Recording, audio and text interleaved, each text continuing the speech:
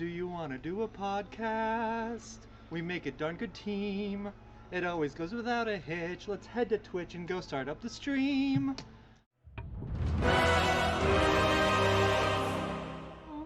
Do you want to do a podcast? It's the Nerd Glasses Podcast. Let's start now. Hi everyone and welcome to the Nerd Glasses Podcast. Come? All right, I'll do my own bits myself. Oh wait, no silence. We're doing it. Get off the road.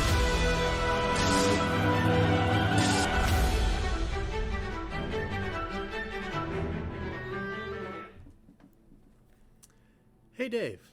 Hey Boater.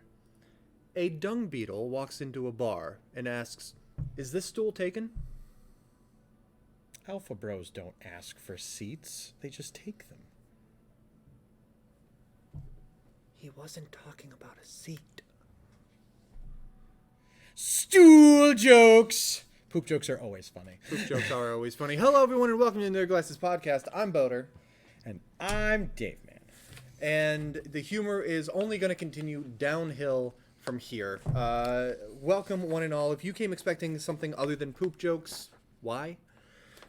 You watched the intro, you know what you were getting into. Yeah, basically. And we're starting off with not a fresh Twitch ban, but a follow-up on a stale one. Let's see. Back in February, I brought the tale of Side Nuke, who was banned from Twitch after streaming while driving and hitting a dog. I believe I mentioned that. People just need to be fired out of a cannon, son. Yeah, and where they end up instead of the sun is Kick. Oh! Following up on the dog, by the way, before we gloss over that, she says that the dog is okay and that she's kept in touch with the owner. But still, Twitch permabanned her for the whole driving while streaming. Distracted driving is bad, don't do it. And Twitch, for their part, says, you're not on our platform. But Kick is happy to host anybody with a pulse and probably some people without. Actually, I wouldn't be surprised if there's some streamers that have gone all in on the AI thing on Twitch too. So we'll let anyone stream or anything.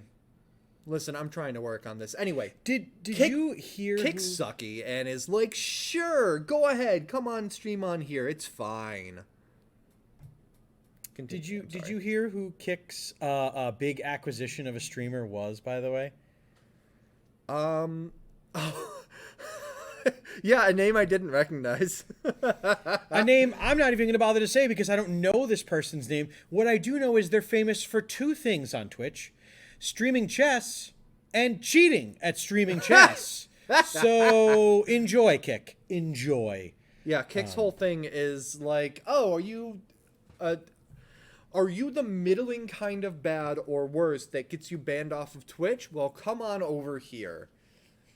Like, Twitch doesn't reserve permabans for only the most foul. You can be middling a bad person and still do things that run you afoul of permabans on Twitch. Kick, happy to have you. Oh boy, can't wait to see what chess content they make on Kick. What cheating bad chess content they make. I don't, man. So that is normally my segue is that's someone who's had a bad last 7 days, but that's someone who now has a platform to stream on. So that's someone who maybe undeservedly has had a decent past 7 days. What's going to cheer up our 7 days to come, Dave?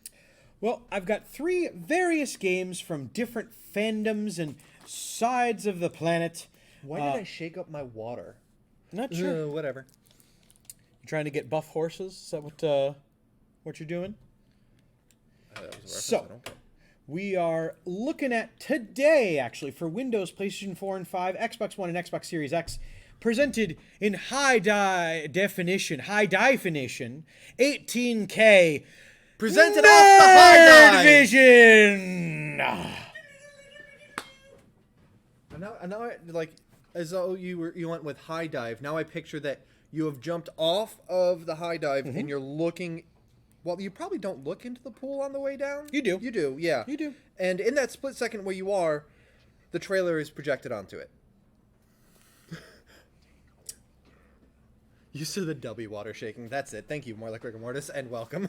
Where was I? Oh, yes. So our friends from Behavior Interactive, the fine folks who have made Dead by Daylight and many other fine titles, have brought for us a game called Meet Your Maker.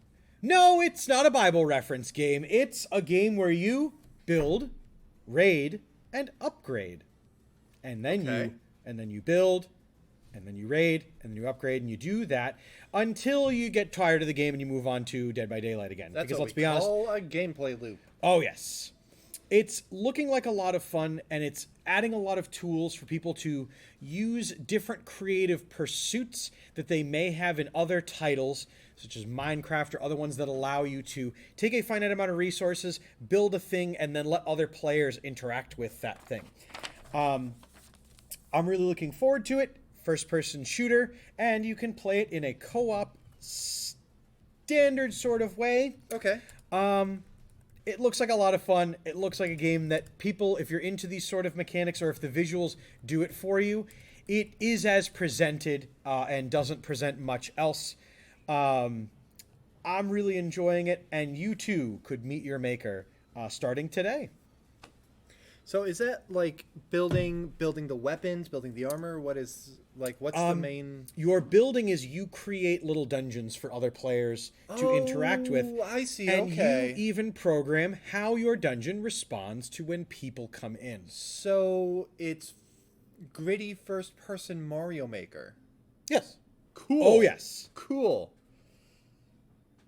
We're looking a little bit down the road, but not too far, because also today for Windows, Nintendo Switch, Xbox One, Xbox Series X, PlayStation 4 and 5, we are looking at Road 96, Mile Zero, the prequel to Road 96, a cult classic adventure RPG.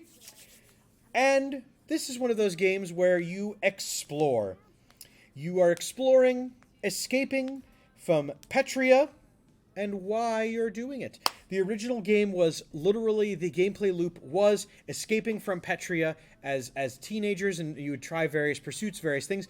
This one, a prequel explaining why that gameplay loop happened in the first game. Okay. Giving a little more story to the characters, a little more development to the world, country of Petria. You explore with Zoe as she learns that even on the rich side of town, the grass may be greener, but it is not more profitable. And I'm really looking forward to seeing how playthroughs of this game are done. Yeah. Partially because there is, like so many great games that you want to stream, a musical aspect to it. Ooh. Where various songs will play as you are doing certain actions and things like that. And I can't wait to see this game played. I did check out some folks playing Roads 96 yesterday on Twitch and really enjoyed it. And again, this isn't a game that I'm necessarily going to hop into, but this is certainly up someone's alley, and they will definitely have a great time with it, as a lot of folks were talking about being so excited for it. The last one, remember, just because you're excited, shoosh! Quiet on the greens, because on the 7th, EA Sports PGA Tour Road to the Masters. We are looking at the first PGA Tour game not to feature an athlete's game since PGA Tour 1998. Wow. Okay. It's been a time. So it's like no cover athlete kind of thing? Yes, it is just the golf courses. It's about, of course, it features many of the most popular and successful golfers of the past calendar year. And this one also returns the Augusta National Golf Club for the first time since 2014. Did a little bit more looking into it, and it was just because the game didn't want to pay for the rights for it. But now that they are very much focusing on the Masters, the Augusta Nationals is a very important part of that game, and so you must. John Madden's PGA Tour 23. Well, it's like they're not could have paying for a particular like name on it. So it's like, hey, we have some of the spare money. Okay, fine, we'll license that course again. If only we could put football mechanics into. No, that's actually Mario Golf. Never mind. Fair. If only you could put football mechanics into a Mario game. Fair amount of wacky golf games. Have you I've played a few. I don't know whether it's Mario Golf if that's it or I like grew up what's playing your- Fred Couples Golf on the Okay. Game Gear. I grew up playing golf on the various platforms that it would come out on, Nintendo consoles. And then I did here in the store. Hot Shots Mike and I Golf. Wow. have a long tradition of playing the PGA Tour game because we conned Dan into inevitably buying a copy of it. And then I putt and Mike does the long game, and we usually do pretty well. Nice. We come under All right. par consistently when the two of us two-headed giant the game. Nice. Hey, I mean, it's fun to play games like that are meant to be just single, whatever. Assassin's Creed 4, I would do that with Steph. Like, she didn't like the ship mechanics. So I would do all the stuff at sea, and she would do all the stuff on land, and it was a good time. Very nice. I played the demo for Hot Shots Golf a long time ago, back when, demo discs would come in official Xbox magazine, stuff like that. But I think 100-Foot Robot Golf might be my favorite wacky golf game. Not a ton of depth, but I played through the campaign a couple of times. It's fun. I don't know that I have ever seen that game played. That sounds awesome, though. Frolf. I will also occasionally play gun golf, which is just, all right, we're putting, so you get like a 9mm pistol. All right, we're teeing off, so you have this rifle. Just shooting a huge ball down the fairway. How American.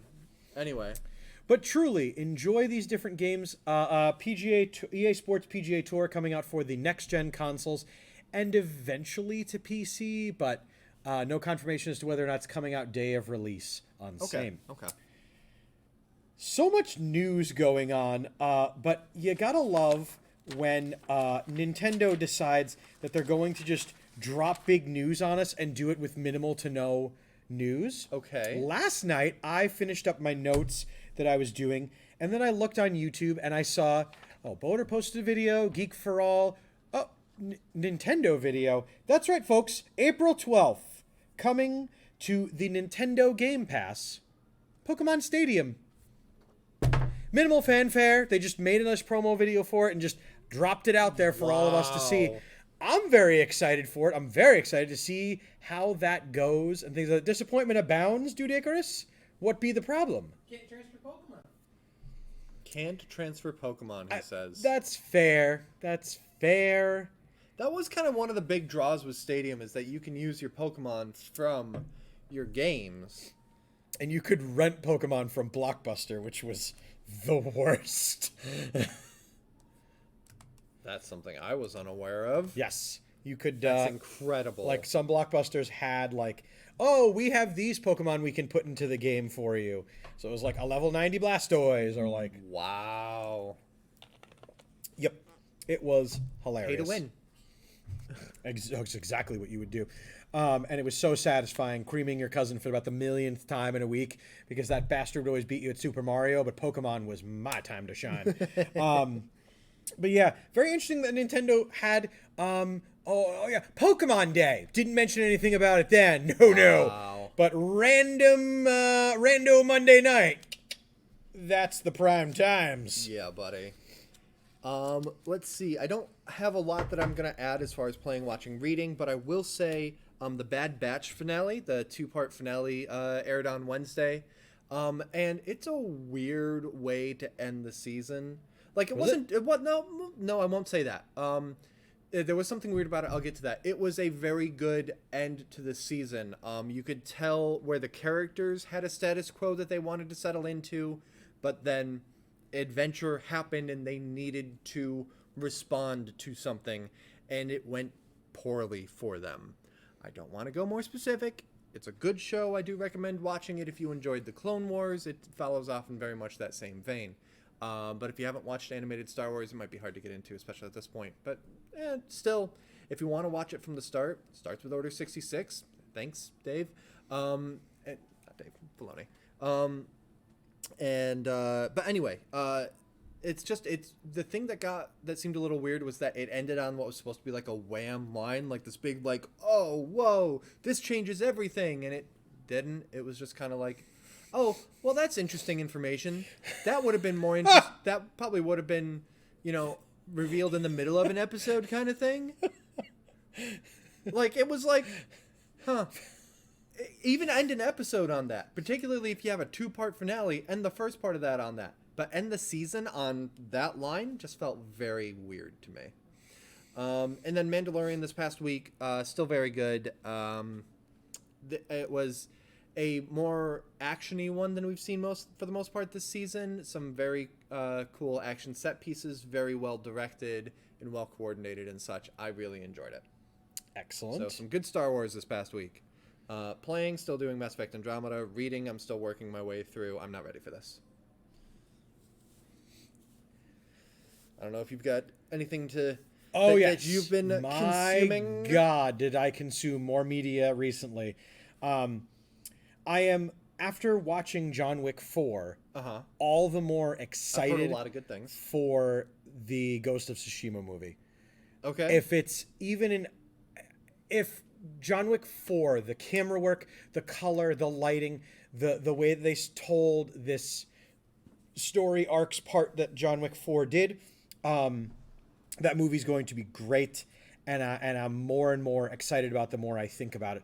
Is it like same directorial team? Yes. Or? Okay. Yes, same directors, same producers, and they have the clearance. The edict was made at the beginning of the announcement of the film that Ghost of Tsushima is going to have a all Japanese cast, and the film is going to be in Japanese. Awesome. And Sony Pictures said, "Great, let's do that." Yeah. Because they saw that people who played Ghost of Tsushima played with captions anyway. Yeah. Like there was. It's something that, whenever a company collects data, it's always presented as like this boogeyman of it's always bad. In this particular case, they collected data on how people were playing the game. They realized people were playing it in Japanese, and that gave them the confidence to endorse the creative team's decision to go with a Japanese cast and in Japanese language. So that's an edge case where data collection, good. I'm really looking forward to it. That really made, after so many years of the John Wick films, because of the pandemic, the closures, things like that, I did also have a lot of fun watching the movie, knowing that the first half of the film was filmed when they were allowed to start doing things again, but before they were like moving back towards less restrictive things. And bravo on how they shot those, the beginning of the film and the openings and parts of the film where clearly they were filming at those times. They did a great job with what they did there, having some of the characters having total face coverings, whereas not normally a behavior, a lot of them. Yeah. And also, something that I picked up in the film was not a single person who appeared in more than one scene together was less than 6 feet from each other. So everybody. So all the main characters were either standing across from a room and nodding and doing things with stunt actors who were then probably just sent away for a little while to bring back for a little while and things like that. Yeah. I did hear that in the John Wick shooting, because they used certain stunt performers and things like that, the stunt performers on shirts that they had underneath whatever garb they were wearing for the scenes had death counters for how many times they personally had been killed in the film. And some of them got into like the 50s. Oh my God. Like some of them had been used for many, many scenes. It was really nice. It was really enjoyable to go back to the movies and see the films with friends and things like that. And to have that arc of seeing with all these people and then seeing the conclusion. There's rumors that there's a John Wick 5, and so not really conclusion, but this arc over and I thought done. it was done after 3, but what do I know? I'm not the one that says it's making money. Why would we stop? Highly recommend checking out the movies, although they were a passion project from, ironically enough, the director of that film was Keanu Reeves' stunt double in The Matrix. Oh, that's right. And that's why Keanu Reeves signed on to do these films, and he does a great job. And the cinematography in that film, the lighting, the way that they told the story really does it for me. This weekend was also not ruined by Logan Paul, because I went and I sat down and I watched night 1 of WrestleMania with the Mastros. Okay. It was a lot of fun, especially because Logan Paul lost, and it was great because if he had have won, I would have left. And I stated that plainly as the show started. I go, it'll be such a shame if I have to turn this off and leave if he wins. And he didn't, and it was good. Getting to see some old performers, getting to see crowds back in WWE was a lot of fun. And then after night 2 of WrestleMania, finding out that WWE had been sold to the same company that owns the UFC. I saw that. I assumed it was an April Fool's joke. Nope. The factual God's honest truth, and I'm really actually happy that it didn't sell to who was originally rumored to be buying it, which was Saudi Arabia. Right, I remember that. Very glad that sale went through. Dana White who is in charge of the UFC, is going to stay in charge of the UFC. Vince McMahon, who holds majority shares of the WWE, although isn't in charge of the company right presently, is going to remain in his present control, and the parent company is just going to rake in the dough left, right, and center on both of the companies, but remain a regulatory board to make sure that nobody shows someone dying on television, because that's kind of taboo these days. News outlets, stop fucking doing it. But it was a lot of fun. I also disappeared into Dredge, one of the games that we talked about last week coming out. And my God, simple mechanics that can be brought into such a wider game. Exploration on a simple graphic plane and things like that. And just the variety of fish. It's a lot of fun. And the macabre story that is told makes it so much fun. Cannot recommend the game enough. I will be playing it on all of my plane rides, just heretofore, especially because there's no online components, and I'm really excited about that. But yeah, Dredge, got into some more Uke-tunes, had a great time with that, and thank you to everyone who supports that. And then Overwatch, by far, had one of my favorite April Fool's continuations that they do every year. Yeah. For those of you that haven't played Overwatch, on April Fool's Day, they take all the character models, serious arcs and these ones and that ones, and they add big-ass googly eyes to everything and everybody. The googly eyes are on the characters. The googly eyes are on the big old robot that's pushing the point. The big old point has googly eyes affixed to the front of it where they are normally not.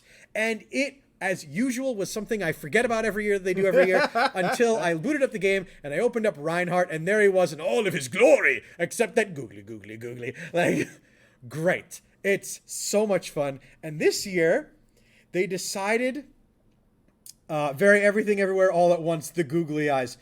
It was, it's been done for many, many years previous to the release of very everything everywhere at all at once. However, didn't make it feel any less to know that googly eyes have such power and excellence and prestige to both bring joy and also reunite Indiana Jones with Short Round. So good. But the other half that they did was, it seems like Blizzard this year decided to listen to everyone on the internet and all the complaining that we do about the characters, because they did a small meta patch.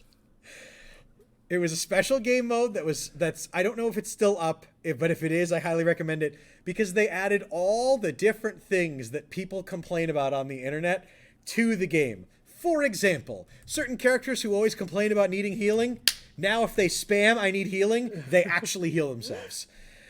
May, you don't like her ice walls? Well, we're giving her 2 of them, and now they're everywhere. Bastion can now launch grenades willy-nilly in assault mode and things like that. It was just a grand old time, and all of us had such a laugh about it. Tanks could fly. Literally, like, all of them could just any charge move or power move and things like that, you would just hold back on the thumbstick and they would take off like a big old DPS 747. You know who else listened to a lot of player feedback as the calendar ticked over from March to April? People complaining about the decrease in quality of their games to the point of even making death threats against the main character. And so Sega released The Murder of Sonic the Hedgehog for free to play on Steam. It is a murder mystery where Sonic is dead, and maybe it's part of this murder mystery dinner party that Amy is hosting, or maybe he's actually dead. I don't know. I haven't played it. If I had, I certainly wouldn't say so, because it'd be something that, you know, you would find out. It is a game that, while short, is kind of like a, what's it called? Silhouettes Up Here dialogue game, whatever. I forget digital novel. Thank you. I was want to say like graphic novel. No, visual novel. No. Yeah, no, it is visual novel. Light novel. No. So visual novel. It's that kind of gameplay, and they released it, I think, like March 31st or something. But it's free on Steam. Add it to your library. Play it when you have, I don't know, an hour or two. It doesn't take that long to play. But download it, because God knows when it's going to go away. It wasn't developed by Sonic Team. It's not technically canon, but I've heard so many good things about it. What is in the Sonic universe these days? So many things. So many things. Yeah. How's the news been, Boater? What do you got for us? Well, aside from those highlights from April Fool's Day, which sometimes there's a lot of really cool stuff on April Fool's Day. Sometimes it's all right, cool. There were those few. That was fine. It was mid as far as April Fool's Days go in the gaming universe, but fortunately there were 6 other days where stuff could happen, and we didn't have to be immediately skeptical about it. Let's start with shitty news. And work our way up from there. As I do that, you have just under 5 minutes to vote on what snack we're going to try. Bless you. So make sure that you use your channel points down below and dictate what we try out. EA stated on an investor call that they will be laying off 6% of their global workforce this fiscal year. They did some layoffs, I think, like last month, and that is probably wrapped into this fiscal year kind of thing. But I didn't write down a ton of details on this, just that, we've seen a lot of big companies downsizing, trimming the fat, whatever you want to call it, however charitable you want to be. I'm inclined to be a little less charitable, considering that they saw an 18% rise in gross profits over the previous year, last year. So, what is that, $5 billion in gross profits last year? But what about 10 billion next year? Fire all the custodial people. We don't need to clean. I just want this to get to a point where enough people have been laid off that we as a society need to understand that jobs are getting replaced by automation and various other sorts. Stop trying to make up jobs for people to do just so that they can survive. Not in my lifetime. Anyway, that's that. Don't mind me. Yeah, okay, so we start off with EA. Dave, are we staying down at that level, or are we starting to bring it back up? No, we'll stay down in the wallows of society, because there's some news from our friends at Square Enix. A new product is going to be released, and boy howdy is it the jankiest bullshit I have ever seen. Does it have to do with NFTs? Maybe it does. You'll have to wait to find out. They are releasing the Final Fantasy VII Anniversary Art Museum Digital Card Plus Packs. Hold on, actually. Continue. Oh, God. I gagged too hard. These cards are going to feature, it's a card pack featuring 6 of different Final Fantasy VII art cards, different cards and things. There are 207 in the entire set, but the packs don't come with just 6 cards. No, there's a special card that after you open the pack, you redeem to get your own NFT based upon the 207 cards in the Final Fantasy VII Anniversary Art Museum Digital Card Plus packs. But wait, there's more! I don't want there to be more. Because it's on the Ensign blockchain, a blockchain created specifically for these cards. But wait, there's more! Because it is possible you won't be able to view or use the digital cards in the future if the Ensign blockchain fails, says Square Enix. But wait! There's even Which is, why would they more... do that when the Ethereum blockchain is basically going to Hold on, Boner, there's more than that!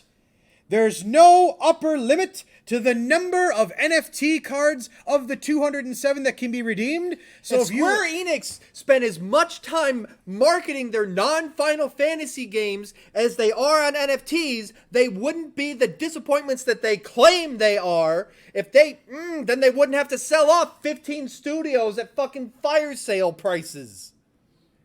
But wait! There's I don't want more! Well, you're getting it because they also, on the advertisements for these cards, said that there is currently no way to transfer ownership of these 207 Final Fantasy VII Anniversary That's the whole cards. point of NFTs, is being able to transfer ownership so you make your fake dollars off of scamming people out of more.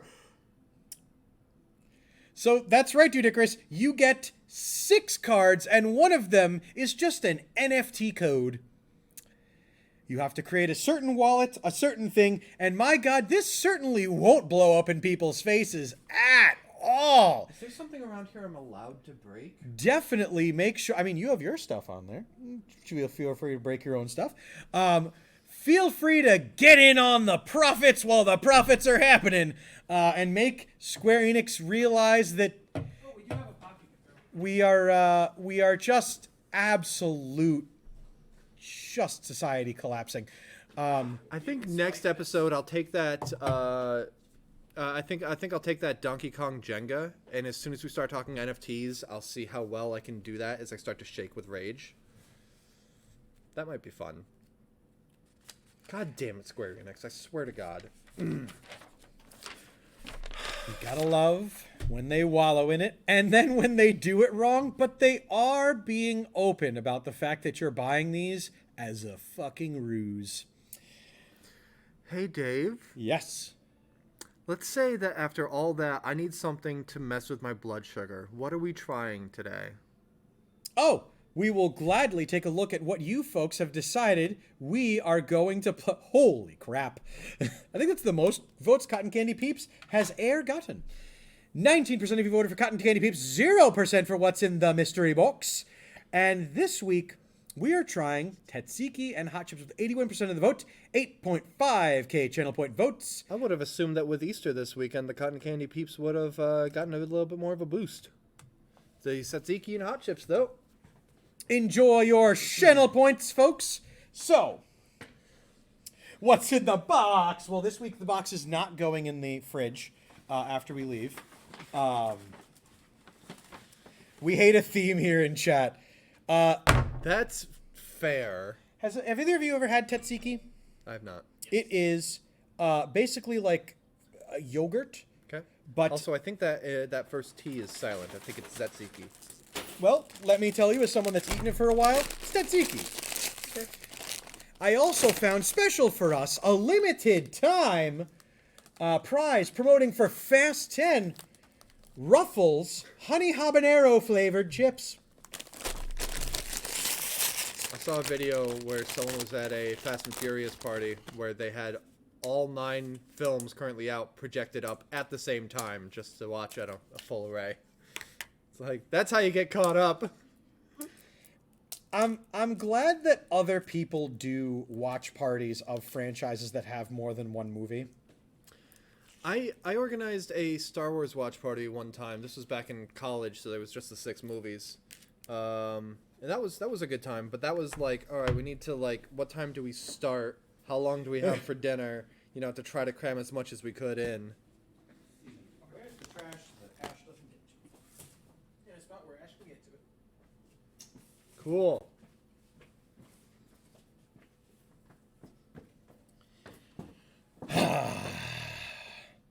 Chippy? Steve, please feel free to come on in.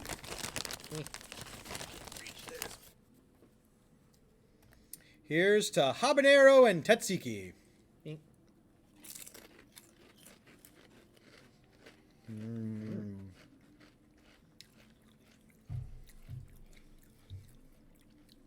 Yummy.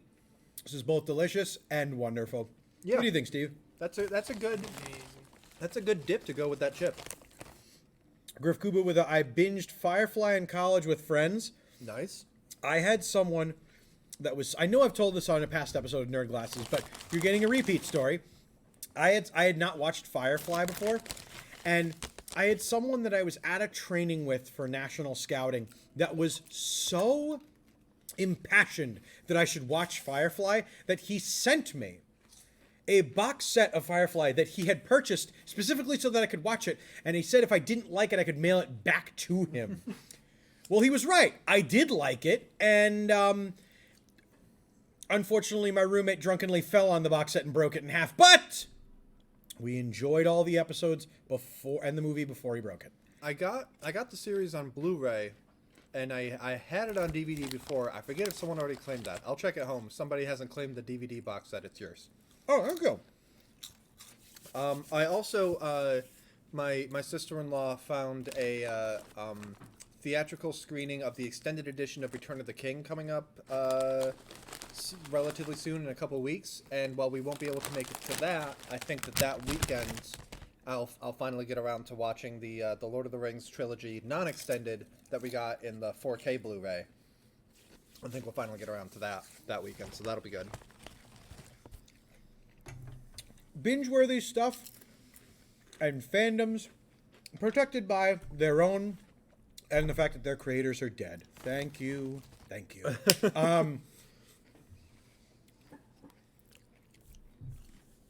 I know what you're thinking.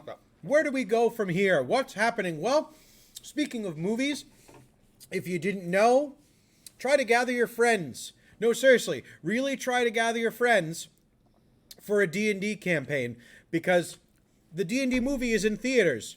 Not for very long, and it won't be there forever, so make sure to emphasize to people, don't cancel at the last minute when you're trying to get to the film.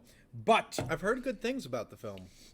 I have also heard a lot of good things from folks who spend a lot of time engaging with that content. Mm-hmm.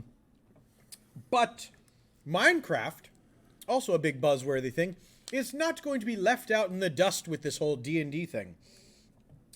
In the spring, as it is advertised, we are going to be getting D&D content in the Craft of Minds itself.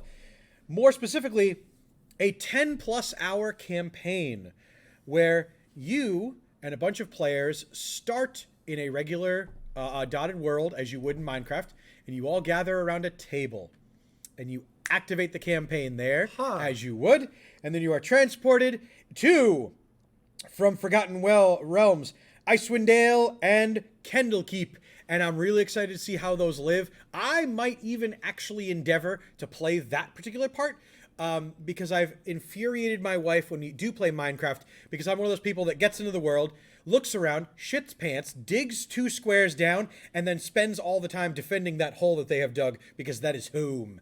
And screw you. That's amazing. Claire I keep on getting the urge to go back to Minecraft, but I've been fighting it. Yeah, I lack the cognitive capacity for Minecraft. There's just something in that game that I look at and I think, Well, I have zero desire to engage with anything that's been added in the last 10 years. Like, Redstone is like the most adventurous I'll get. I am basic ass, dig hole, use materials to build fort, maybe do some farming, automate the farming if I'm feeling really spicy, but... Lily picking out another catchphrase that we should certainly use for the future. Defend the hole! And it works on so many levels. And as long as the kids don't think about it, it's totally fine to shout. But I'm really looking forward to seeing what this does, and more D&D content, the better, because, that whole ugly schmoz was cleaned up nicely and is looking pretty good nowadays. I will invite friends over to go and watch the D&D movie, and then I will lock them in my house and I'll watch the original one with Jeremy Irons. Jeremy Irons, where he literally chews the scenery in every scene. Oh yeah. I was shown yeah. I was shown that movie in a very similar fashion to being locked in my friend's house. Friend of the channel, Fenian. But I won't lie, after the first time they showed Jeremy Irons, I thought to myself, I want to know where this goes. That's the first movie that I saw Jeremy Irons in, and so that, like, color. If I saw anything with him in it afterward, it was like, oh, I recognize him from D&D. Oh, that is absolutely the best part of that film. Just watch his scenes alone. I mean, to specify, the first one I had seen him in, obviously I heard him in Lion King first. So let's see. Monster Energy, well known around these parts, is also known as a trademark troll. They will go after anybody using the word monster and say that it's infringing on their trademark and that they need to change the name, or they will give very specific ways on how they can market with it. Ubisoft was publishing a game called Gods and Monsters, which, Dave, this is old news. This is still background. Ubisoft didn't want to deal with Monster Energy and change the name to Immortals Fenyx Rising. It was originally announced as Gods and Monsters, and then Monster Energy said, hey, can't do that. All I can picture is someone in their legal department standing there looking at the title and going, They just scratched over the S and they went, ah! Are in for a copyright! And then they started sending out letters, like, right away.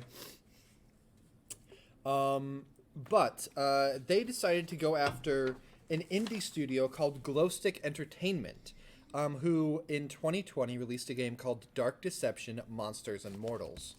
However, unlike the many previous targets that Monster has gone after, they've not decided to just change it and get away with it. Basically, I guess the guy is either deep-pocketed enough or knows enough people to be able to help out with the legal defense, or like knows a lawyer who is sympathetic to it, to basically stand up and fight back against this trademark trolling, and hopefully to set a precedent so that courts can just kind of laugh Monster out of the room next time they try it. So Vincent Livings, the main guy behind studio Glowstick Entertainment, we're rooting for you. I can't wait to see how this one shakes out, because it'll either be that both companies like knuckle down and really get to their suits and sue the shit out of each other for whatever loose reasoning they can come up with, or one side will blink. Either way, it's gonna be a hoot. And we'll keep an eye on it here on Nerd Glasses, and you can keep an eye on They also us. did send, like, if you use it, then this is what, they were like, no merch with your name on it. You can't use these colors in the logo. It's like you apparently own green and white on black now. Like, it's so over the top. So it's... Nobody tell them about a little store in the Wilton Mall called Insane Games. That'll just be a hoot. A previous store that I used to work at that used very similar colors also sold Monster Energy, and to the point where people thought that, like, they sponsored us. I mean, they did give a lot of fridges to us. They did. They did. Coca-Cola was very generous with just passing those damn things out and then never collecting them, ever. Once. Sponsored by fridges. Yeah, and the thing is so, like, obviously if someone is making any sort of beverage, especially an energy drink, but any sort of beverage where they're using those colors, and they use, or they use the word monster in some sort of beverage, then yeah, like, Monster Energy definitely has a right. But when they start going after anything, like, folks, do we not remember Monster Cables doing the same thing 20 years ago? Or no, I don't think they were as trademark trolly. Certainly Edge was, the magazine that started trying to go after everything. And then EA said, no, we're calling this game Mirror's Edge and you can't stop us. And the court was like, you can't stop them. And they were like, oh, but why? More or less put a stop to that. So I don't like it and I don't want it to happen. So I'm looking forward to whatever that case is that gets Monster to stop it already.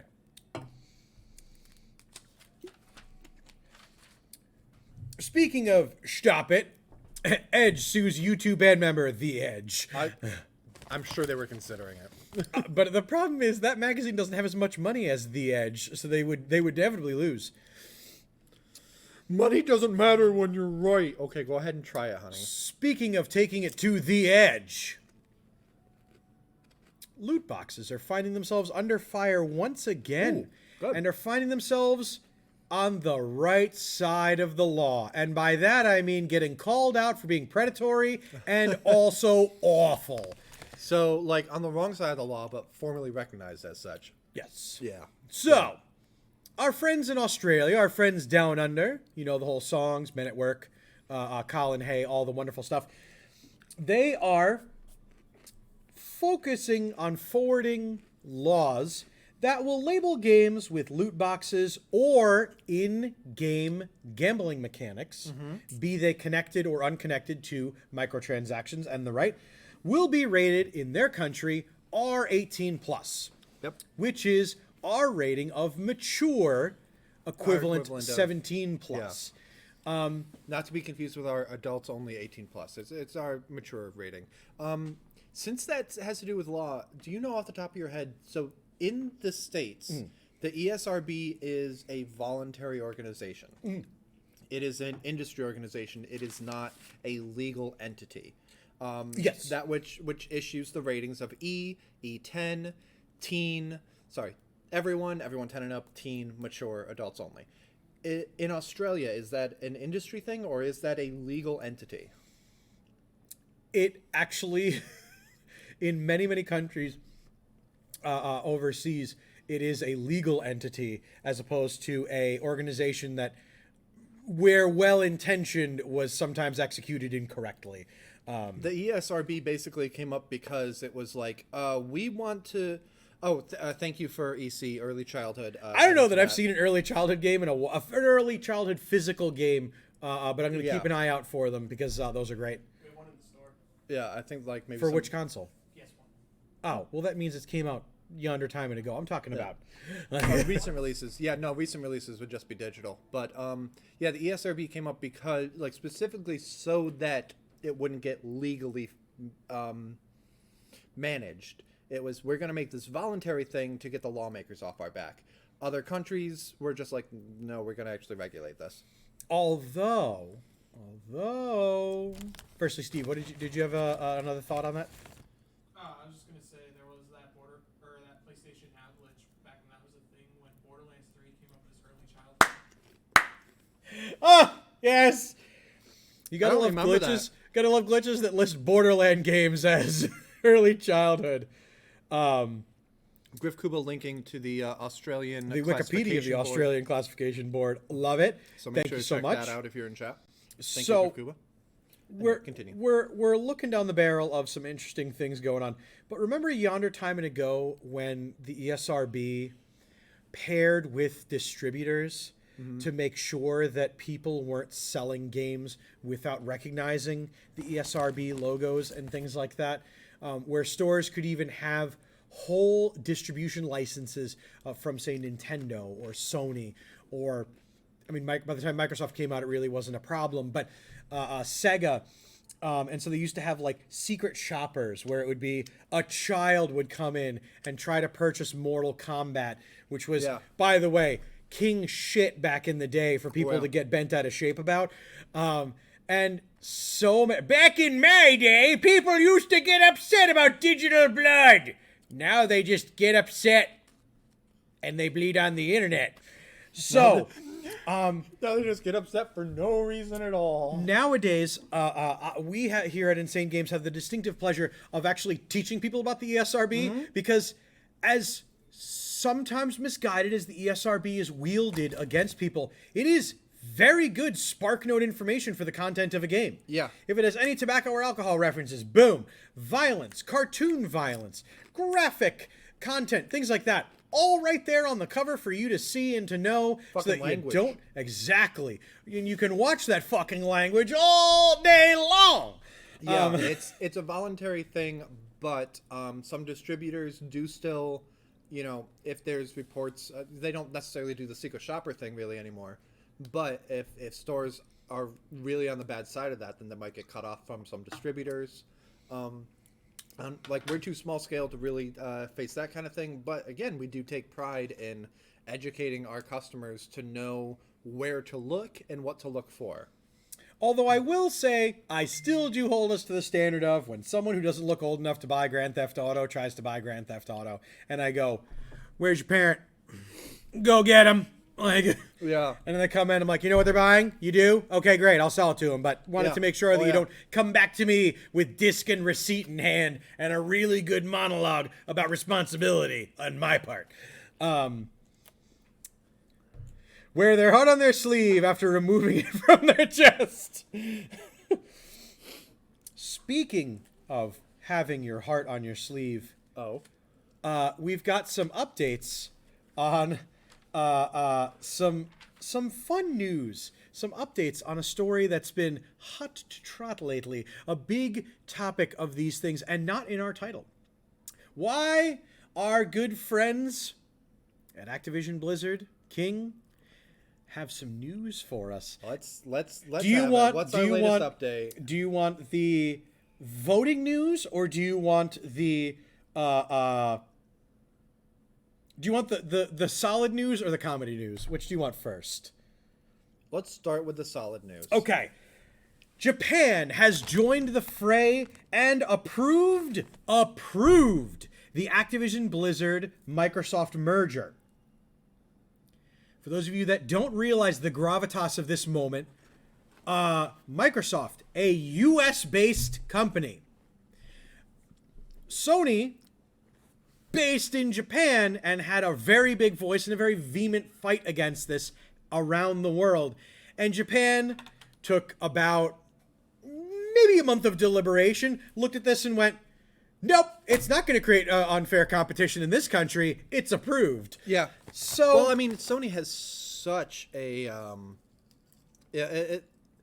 Sony has such an outsized influence in their, like, if Xbox was all on par, then it might have been a different issue. But, like, if you compare just Sony to Microsoft market share, Sony has like 90% or something ridiculous. Yes. Yeah, these are the market share statistics, by the way, are terrifying because they look fake when you look at them. They really, it's like percentages you wouldn't believe. It's the percentages you would make up if you were writing a satire about Japanese protectionism of its own industry. But that's actually how consumer preference goes so heavily in Sony's favor. So, we here in the US, of course, are still hemming and hawing and bitching and moaning about this, and we'll get to it eventually. Yep. And the UK still has till the end of the month to announce their findings, but I don't see how the company that hosts one of the two pieces of the competitors, in fact, is the home country of one of the two competitors, saying, no, this is fine. I don't know how the rest of the world can have a problem with it then. I genuinely don't. But... Well, I mean, it's two basically American countries. If anyone's going to raise objections at this point, it is going to be the U.S. saying, here's two big countries that do gaming coming together. So, we'll see. I'm really looking forward to seeing how this turns out. But if you guys remember, let's take a little reverence here in this moment because there's some serious topics we need to talk about. If you guys remember, a little while ago, we talked about how Activision Blizzard lost their whole market in China because they couldn't come to agreement with NetEase. Now, I'm saying this nicely because I don't want poor Bobo Kotick to get scared and to feel like we too are threatening him. Because this, ladies and gentlemen, is the spin cycle that was put on the story of why NetEase and Activision Blizzard King are not together now. It is a perfect little bow to put on top this transaction as Bobo shoots himself out of a third-story window with a golden parachute as the paperwork gets signed and Microsoft takes over. Because Bobo felt threatened. He felt threatened by the NetEase CEO. He specified that they happened to bring up when they were discussing their contracts that they could cause difficulties for the Activision Blizzard King merger if they weren't to reach an agreement, or if the agreement was to be amenable, or if the split wasn't amenable. The exact bit was somewhere along the lines of like, we're the ones who liaise with the Chinese government and can make it easy or difficult for you. I would have left off the second part. What? I would have left, like, if they're like, hey, we can make this happen, partner with us to make it happen, just say that we can make it easy for you, rather than saying, or we could make it go poorly for you. Now, poor Bobo, okay? He apparently now understands that he misunderstood what NetEase was talking about. Because they were on a Zoom call with translators as a major corporation, and a miscommunication occurred, and he just couldn't see himself being threatened and tolerating that. So for all of us here at Insane Games, fuck you, Bobby Kotick. Absolutely fuck you. Oh, no, you go away. I have nothing to add. Like, even if it's not particularly for that reason, like, I'm sure there was a little more to it than just, oh, but slight translation error, whatever. Like, I'm sure that there was a lot of background stuff going on, but I can always 100% get behind. Fuck you, Bubbo. He really has tried to make this Activision Blizzard King Microsoft merger go as smoothly as possible by painting them as the victim in literally everything. He's actually been admirably quiet most of the time. Like, I've heard very little about Kotick, or Kotick, how do you pronounce his name? It's mind cancer. I've heard actually surprisingly little about him this whole time, because he knows the best thing he can do is shut the hell up. But he couldn't stay away from this one. No, he couldn't stay away from this one, as he hasn't been able to stay away from microphones for the last 2 years, commenting on this, that, the other thing, and also the color of people's shoes. The Valve's Steam Deck has been out for, what, a year and a half now? Maybe a year? And Fair. has proven to be very successful, to the point where other companies say, I want a slice of that pie. I want to take PC games and let people be able to take them on the road. And the latest one to unveil a competitor to the Steam Deck is Asus, which has revealed the ROG Ally. Hasn't had the full specs revealed. Okay. But from what we have seen, as some influencers have been able to get it into their hand and show off a little bit of it, obviously in very, like, controlled, happy, whatever. 1080p screen, which is better than the 1280 by 800 that the Steam Deck has, so higher resolution screen.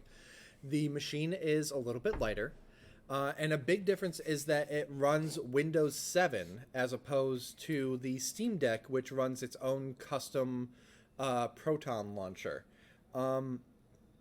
And that's some sci-fi sounding shit right there. The name of the launcher is called Proton. But I realized that was one word away from blowing up a Death Star.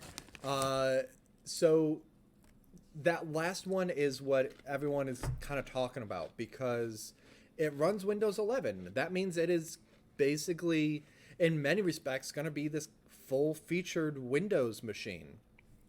But the downside of that is that Proton runs in a way that is very resource-friendly. It is very streamlined and optimized.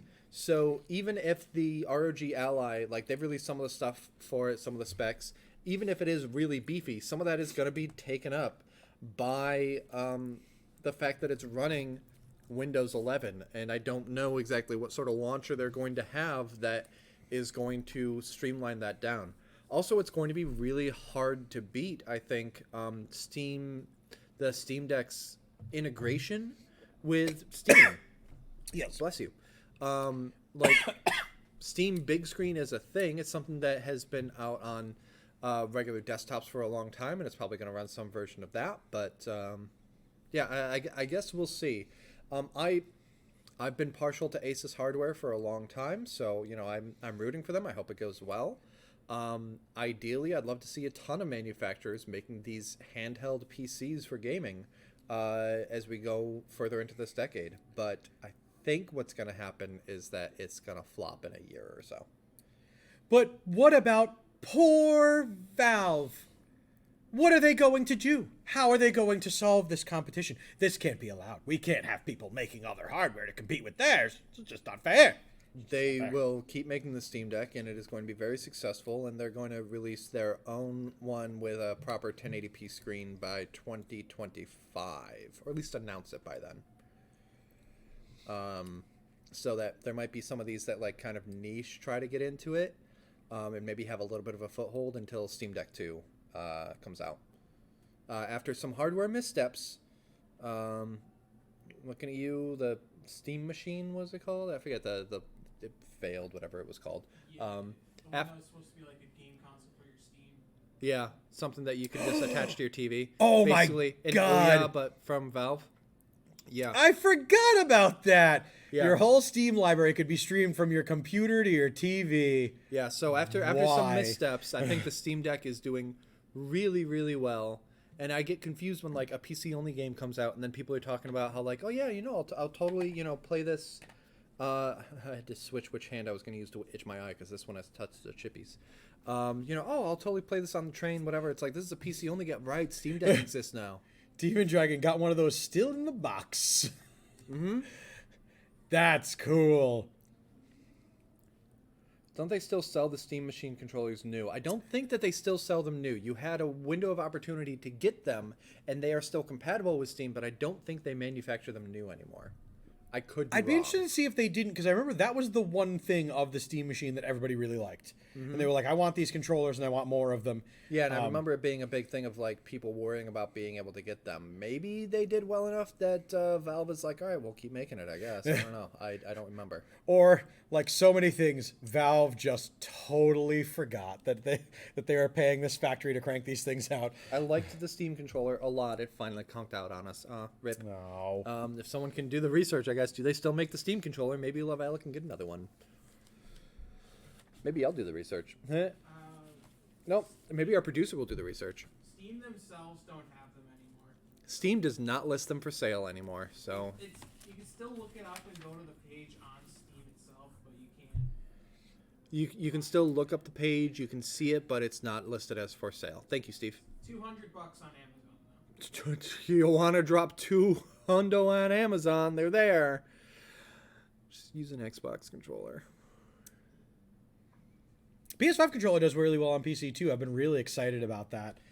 You know what else I'm really excited about? Spreckensy of building to excitement crescendos and stories that we will certainly be able to round up in a moment or two. Steve, could you cue up that video I sent you? Oh no. Don't give Jeff Bezos any more money. The 8-Bit Do Pro 2. It is a really good controller. Dude Icarus is right.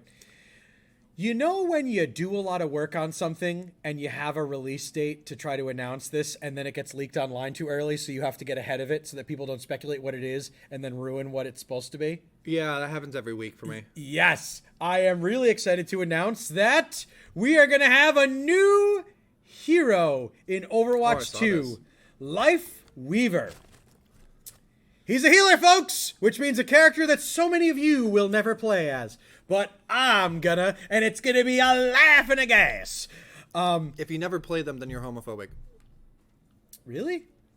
The character is confirmed as queer of some sort or another. Pansexual. Okay. Okay. But how does never playing them make you... It's a joke. It's not a very good one, and it's a very damning joke on air, especially for the tone and tenor we try to do with these things. I apologize. I could see the people being like, "Oh, I'm never gonna play them because blah blah blah." I mean, they have several gay characters in the game, and people don't even give a hoot. But they do hate May. Boy, how did you people hate May for some reason? However, Anyway, my the apologies. biggest Continue. part of this character and one of the funniest things to come from it is that one of the most satisfying parts in Overwatch is either booping with Lucio, a character off the side of a map, or using Roadhog to pull him off the side, having an explosion go off of various characters, and doing Either all these yeet things. or yoink. It's the fun stuff. Yes. This character, for the first time in many a time, will actually try to negate that yeet or get over here with an ability called wait, which one? He's looking at an array of the skills right now. The new character abilities. It's called Life Grip. Okay. You pull an ally to your location, protecting them as they travel. It is in the trailer there when you see Symmetra about to get booped off the side of the map, and then they do that. But of course, within moments of that being realized, a new meta is being teased. Right here. A new meta is being teased where enemy Mei players are going to have to try to save their opponents' teammates from being pulled into the center pit in Helios by all the Lifeweaver character players, because that's what's going to wind up happening. People are going to use that ability to pull teammates back towards whatever conflict is going on, and not remember that there's big gap between me and them, and they don't get to jump after the pull happens. So I can't wait for bye. There's a lot of I don't play Overwatch, but it's interesting to see all of the crowd control, all of the control over other players' movement and stuff, and how that factors into matches. I am happy to say that Overwatch, the original, had a lot of stun moves. It was to stop your opponent momentarily or for this amount of time. Yep. This game, now they're just doing direct interaction. They grab you, they push you, they pull you. They don't stop you dead in place to just get melted, unless you get slept, in which case you got nothing. But I'm really looking forward to this character. But I did find it so funny that the Overwatch meme group that I had 3 days ago was like, by the way, here's this picture with the new character's name. And then you felt a collective internet crapping their pants because they were like, we need to make sure people don't try to build a story for what they're seeing, because otherwise they're going to either get it right and not like it, or they're going to make something totally different and then hate what we have created and spend so much time making. I'm also looking forward to one passive ability that this character has, and then I will STF you. It is that this character, upon death, will drop a gift that heals the first person, ally, or enemy to pick it up. Okay, that was going to be the question. Cannot wait. The first ally or the first person? Cannot wait to see everyone mad scramble for that free loose health pack. Or so many people just run straight into combat into the enemy lines and die, and you're healing them. You are actively healing them now by doing that. God, I didn't think of that one. I just thought of someone trying to go and grab 20 health worth and losing 50 on the way there. But no, just someone trying to solo the enemy team and just basically being here's some health. All of these Botany related Wild. moves and powers are coming in season 4, which is about mid-April, April so 11th. soon. And I'm really looking forward to seeing this character roll out. I'm actually even more looking forward to the healer queue times going straight through the roof, so I can finally play as Reinhardt and Bastion guilt-free and within moments. But this and so much more coming to future streams and here on Insane Games TV. Make sure to hit that follow button down below and join us, because next, after the Nerd Glasses, we have a thrilling conclusion. We have the climax of climaxes. We have the mountain of which we have not seen the end of.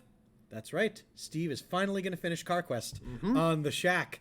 Make sure to tune in for that. And if there's any time after that, I believe he's heading on to Jedi Fallen Order, where you can help him determine which companion droid is best. And I agree with Steve that BD1 is the best little helper dude. But if you have objections, make sure to raise them there after this on the Shack, after CarQuest. Or maybe immediately. I don't know. He runs just absolute chaos over there. I'll just change the name of the stream to Car Quest. The stream name will be Car Quest, streaming the game Jedi Fallen Order. People will be in queue for things, and they're gonna go, "This isn't Car Quest." This just in, the Shack is no more. The show is called Car Quest. Oh, I just saw murder flash through Steve's eyes. I better get out of here before he actualizes that. If we could get CarQuest to sponsor Steve's streams, they could have naming rights. But until then, we look forward to all of you joining us back in the Shack. God, that's powerful every time Steve says that. Thank you all so much for watching the Nerd Glasses podcast. We appreciate that you're here week after week, making it an awesome time for us to share news and whatever other crap we think of off the top of our head. If you want to see more of this, remember to come back here, 7:45 Eastern next Tuesday. Yes, sorry, I had to think of that really quick. As well as the other awesome shows that we've got across the entire network here. So make sure that you're following us and checking out our Discord down below. In the meantime, that's going to do it for Nerd Glasses. I've been Boater. I've been Dave Mann. That's been Steve, and we'll see you next time. Bye, everybody.